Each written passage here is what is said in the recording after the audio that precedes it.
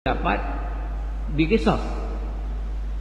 Maka di sini jamaah rahimakumullah, qala Al-Qurtubi, Imam Al-Qurtubi, salah seorang mufassir besar yang para ahli tafsir mengelompokkan corak penafsiran beliau ini kepada corak fikih karena kecenderungan beliau kepada ilmu fikih, maka hal-hal yang berkaitan dengan hukum panjang lebar membahasnya. Dalam kitab tafsir beliau Al-Qurtubi mengatakan la khilafa fi madhhab Malik annahu idza qatala ar-rajulu ibnahu muta'ammidan misal an yudji'ahu wa yadhbahahu. Imam Al-Qurtubi mengatakan tidak ada khilaf, artinya perbedaan pendapat dalam mazhab Maliki, bahwa orang tua yang dengan sengaja membunuh anaknya maka dia juga diqisas. Berarti dia membaringkan anaknya kemudian dia menyembelih anaknya. Fa amma in ramahu bis-silahi adaban lam yuqtal bihi wa tughallaq ad-diyatu. Tapi kalau seandainya orang tua misalnya melempar anaknya dengan pedang, dia bukan maksud membunuh tapi mendidik, tapi nyatanya mati, maka seperti ini karena maksud dia mendidik. Dia tadi melempar anaknya dengan pedang, maksudnya bukan membunuh tapi mendidik anaknya, tapi kenyataannya kena mati. Maka seperti ini dalam mazhab Maliki tidak diqisas tapi diperberat di diyatnya. Diperberat di diyatnya. Karena terjadi perbedaan pendapat antara mayoritas ulama dengan mazhab Maliki ini, ya, makanya pengarang tafsir ini Syekh Ali As-Sabuni kemudian mencoba melihat mana yang kuat dari dua pendapat ini. Maka beliau menulis at-tarjih, wa ma dhahaba ilaihi al-jumhur huwa al-arjahu lin-nafs al-waridi alladhi aslafnahu. Bahwa yang menjadi pendapat mayoritas para ulama tadi yang mengatakan tidak diqisas orang tua kalau membunuh anaknya, berdasarkan kepada dalil tadi dari Rasulullah SAW sebagaimana telah kami sebutkan, maka inilah pendapat yang dipilih oleh pengarang tafsir ini, karena ada dalil tadi yang Nabi SAW sebutkan. Wa li'anna asy-syafaqata tamna'uhu min al-iqdam ala qatli waladihi muta'ammidan bi khilafil ibni idza qatala abahu fa innahu yuqtalu bihi min ghairi khilaf. Alasan lain selain hadis Nabi SAW tadi, bahwa orang tua itu ada rasa sayang kepada anaknya, yang ini akan membendung dia untuk kemudian melakukan secara sengaja membunuh anaknya, sehingga orang tua yang membunuh anaknya itu tidak diqisas, yang dipilih oleh pengarang tafsir ini. Kebalikannya, bila anak yang membunuh orang tuanya, ini tidak ada khilaf di antara para ulama bahwa anak itu diqisas. Itu tidak ada khilaf, kalau anak yang membunuh orang tua maka anak ini diqisas. Kemudian yang ketiga yang diangkat di sini adalah al-hukmu tsalitsu. Hukum yang ketiga yang terkait dengan ayat ini, hal yuqtalul jama'atu bil wahidi Sekarang bagaimana kalau orang mati dibunuh satu orang, yang membunuh ramai-ramai, keroyok. Yang membunuh keroyokan. Kalau ayat tadi mengatakan satu-satu. Al-hurru bil-hurri. Satu orang merdeka dengan satu orang merdeka. Wal-abdu bil-abdi. Satu orang budak dengan satu orang budak. Wal-untha bil-untha. Sekarang kalau pembunuhan keroyokan, mati satu orang, yang bunuh ramai, apakah semua orang yang bunuh ini qisas? Ikhtalafa al-fuqaha'u fil jama'ati idza ishtaraku fi qatli insanin hal yuqtaluna bihi ala madhhabaini. Para ulama berbeda pendapat dalam hal banyak orang secara keroyokan membunuh satu orang. Apakah kemudian orang ini juga semuanya diqisas? Ini ada dua pendapat dalam kalangan para ulama. Mazhabul jumhuri wa a'immatil arba'ah annal jama'ata yuqtaluna bil wahidi.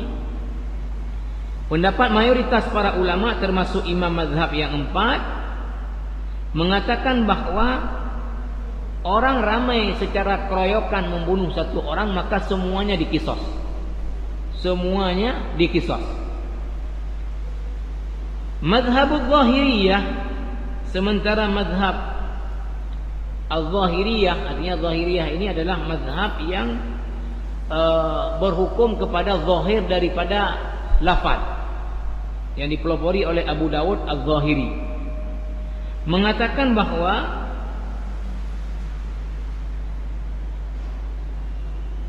mazhab al-Zahiriyah wa riwayah anil Imam Ahmad annal jama'ata la tuqtalu bil wahidi, bahawa mazhab al-Zahiri mengatakan, termasuk ada satu riwayat daripada Imam Ahmad, tidak dibunuh semua orang yang secara keroyokan tadi membunuh satu orang. Dalilul zahiriyah, mazhab zahiriyah tadi yang berpendapat tidak semua tadi yang terlibat itu diqisas, berdalil dengan istadalla ahlul zahiri bi ayatil qisas, kutiba alaikumul qisasu fil qatla faqad syuritat al-musawatu wal mumathalatu qalu wala musawa bainal wahid wal jamaah. Karena mereka berhukum kepada zahir lafaz, maka mereka mengatakan pada ayat ini ada dipersyaratkan tentang tadi persamaan, yang merdeka dengan merdeka, yang budak dengan budak, yang perempuan dengan perempuan. Maka tidak ada persamaan kalau seandainya satu orang yang mati kemudian yang diqisas lebih daripada satu. Ini alasan mereka. Wastadallu biqaulihi ta'ala, mereka juga berdalil dengan satu firman Allah dalam surah Al-Maidah ayat 45, wa katabna 'alaihim fiha anna an-nafsa bin-nafsi, bahawa telah kami wajibkan kepada mereka, ya, bahawa satu jiwa dengan satu jiwa. Fan-nafsu tuqabiluha an-nafsu wala tuqtalul anfusu bin nafsil wahidati li'annahu mukhalifun li nafsil ayati.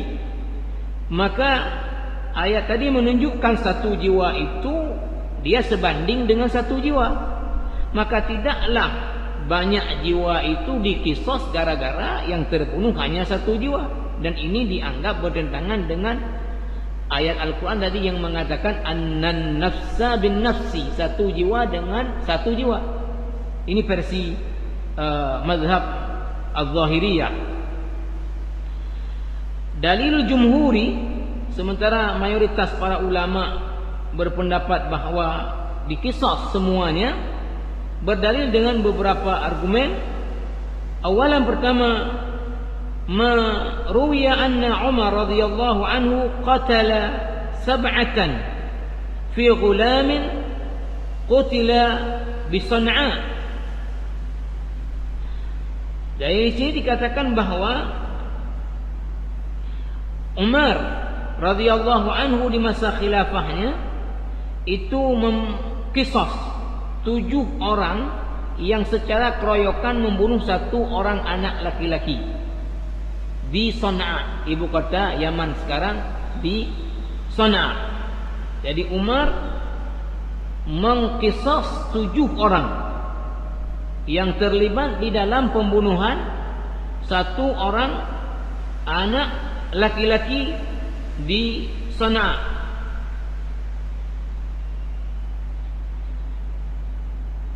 Qala Ibnu Katsir, Imam Ibnu Katsir, salah seorang juga mufassir besar, wala yu'rafu lahu fi zamanihi mukhalifun min as-sahabati wa dhalika kal ijma'. Ibnu Katsir mengatakan bahawa kebijakan yang diambil oleh Umar, 7 orang terlibat membunuh 1 orang anak laki-laki di San'a tadi, dikisah 7-7-nya sama Umar. Maka tidak ditemukan, kata Ibnu Katsir, pada waktu itu ada 1 pun sahabat yang menentang kebijakannya Umar bin Khattab ini. Maka dianggap ini menjadi ijma', kesepakatan. Walaupun mereka tidak menyatakan tapi tidak memprotes, dalam istilah usul fikih terjadi ijma' sukuti, kesepakatan secara diam-diam, karena tidak ada ditemukan ada sahabat yang tadi memprotes tindakan yang dilakukan oleh Amirul Mukminin Umar Khattab radhiyallahu anhu. Kemudian argumen lain lagi adalah yang kedua, thaniyan ma ruwiya an Rasulullah sallallahu alaihi wasallam annahu qala law anna ahla as-sama'i wa ahla al-ardi ishtaraku fi dami mu'minin la akabbahumullahu fin nar. Qalu fa idza ishtaraku fil 'uqubati al-ukhrawiyyah fa innahum yashtarikuna fil 'uqubati ad-dunyawiyyah aidan. Bahawa ada riwayat Rasulullah sallallahu alaihi wasallam mengatakan, jika sekiranya penduduk-penduduk langit dan penduduk-penduduk bumi itu bersekongkol, bekerja sama di dalam membunuh 1 orang mukmin, maka semua mereka itu akan dimasukkan oleh Allah ke dalam neraka. Hadis ini diberi footnote di bawah ini. Hadis ini rawahu Imam At-Tirmidzi dari Abu Hurairah, bahwa kalaulah dalam hukuman ukhrawi tadi semuanya dimasukkan ke dalam neraka yang terlibat pembunuhan 1 orang mukmin saja, maka tentu juga mereka itu akan mendapatkan hukum yang sama juga untuk hukum yang duniawi tadi, yang qisas. Jadi yang Rasulullah katakan tadi hukumnya ukhrawi. Nah, kalaulah mereka tadi yang terlibat pembunuhan semuanya dimasukkan ke dalam neraka, maka tentu semua juga ketika dihukum hukum dunia kena semuanya. Nah, ini jamaah rahimakumullah. Kemudian dilanjutkan lagi yang ketiga, thalithan qalu inna syari'a syara'a al-qisas li hifdhi al-anfus wa lakum fil qisasi hayatun walau 'alima an-nasu anna al-jama'ata la tuqtalu bil wahidi la ta'awana al-a'da'u